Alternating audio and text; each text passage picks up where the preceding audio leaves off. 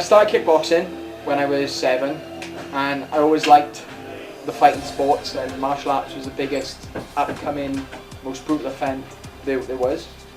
I liked the whole mix of it, and it just really appealed to me the way the stand-up mixed in with the wrestling, mixed in with the ground game, and where you had to perfect every area.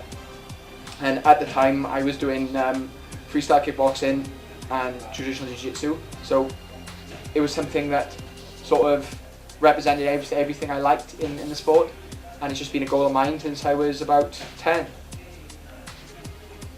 I used to watch it a lot when I was younger, and I always thought it looked fun.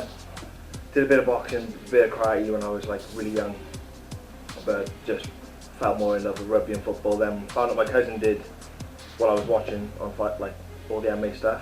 Went to his gym, started falling in love with it, and now here I am with it. That's a really good question. I sort of always had a dream to be not so much the greatest fighter, but to destroy the greatest fighters. That's always been my goal. I've said in past interviews, I want to destroy the best, and I do. I want to fight the best there is, and I always want to beat them.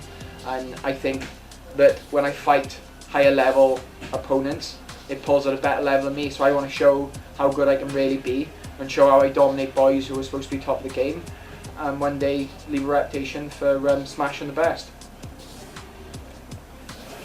Just making everyone proud, really, like achieving that status of I'm doing something good. Just like seeing how joyful my little boys get, my girlfriend and the people around me get when I'm winning and doing well.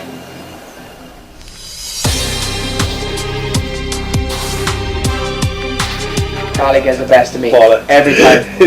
Yeah, He's down, throw me on the head all the time, but honestly, Aaron's one of the first people I wrestled with who the success rate on takedowns is insane. There was a guy out in Cali who was the same, and they get on takedowns and you got on, and Aaron really surprised me with how strong his takedowns were. Like, not that I underestimated Aaron at all, but I've never had that thing where when they get an entry on me, that the success rate is so high. I have a really good takedown defense, which I've had since judo. He's been way too nice. Aaron's success in takedowns is insane. He's like a hurricane to deal with. Like I tell everyone this, he's like a tornado. His striking's good, it's everywhere. His boxing, his kicks, his clinch, his grappling is all at such a high level. He's hard to deal with anyway. So I think he gets the better than me every time. They're both pushing each other.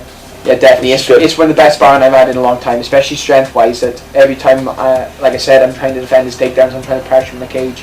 It's really hard to maneuver him, and that's where I'm comfy. So it's brilliant for me. It's been brilliant doing this camp together, and I really feel like they're hard, but they're fun.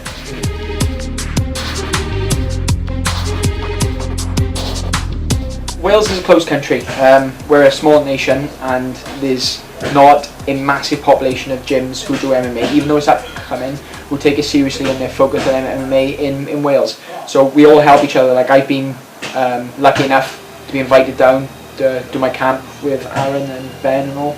So it's perfect for me, but we all know each other and we all train with each other at different points, and we all back each other. Yeah, and I've said this in many interviews before, everyone, because we're such a small nation, like Mason said, we all need to train together, regardless who's fighting who. There's only positives brought out of training together. Everyone's going to work together, push us all together in the right direction. So yeah, we kind of need to be all stuck together more. Wales against the world.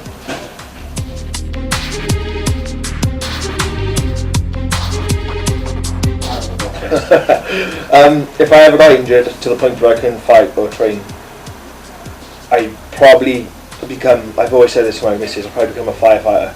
I've looked into it in the past, and it was always something I wanted to do, but I fell in love with fighting and MMA. So if I ever couldn't train or fight, it'd be that. If I ever got KO'd, like to the point where I got flatlined in the ring, I'd probably not stop training, but I'd not focus on as much and focus on building a family and a structure for my family.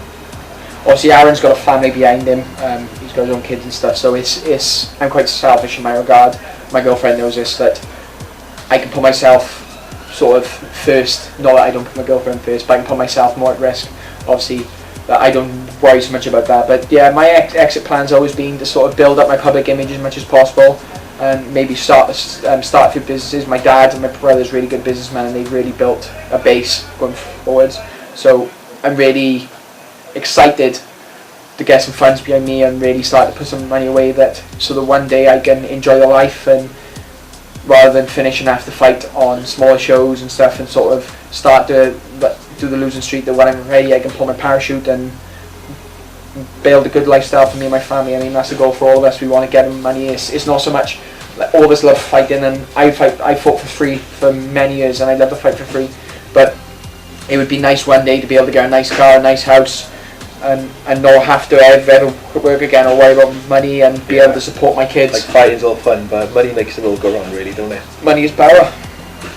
Yeah, I'd love to go into teaching as well. Teaching, fighting and stuff. It's like, especially with kids. I mean, I've done it a few times, and it is amazing to see how eager little kids get and how it helps them. So yeah, either firefighter or go into teaching. Both. Yeah, or both.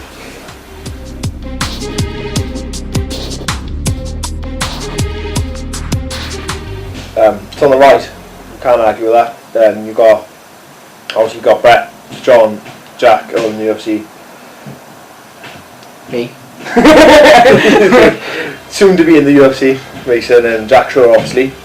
And Cagewarriors are doing a great job of promoting anyone who's Welsh. Like you've seen yesterday at the media day, all Welsh fighters getting promoted by Cagewarriors. So yeah, it's on the rise.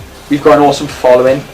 Everyone comes out to support us, and there's people who are opening these doors, like you said, Marshman, John Phillips, Brett. They've really broken down the door, and there's a lot of following behind us, and that's the main way we get out to the world, is when you retweet our tweets, when you like our posts, when you come and buy tickets to our fights, and that really helps all of us, all the Welsh fighters. So keep supporting, guys, and really help us be the next big thing. Just letting the world know that we're not just a little nation that can play rugby. We can fight as well. Toughest country in the world.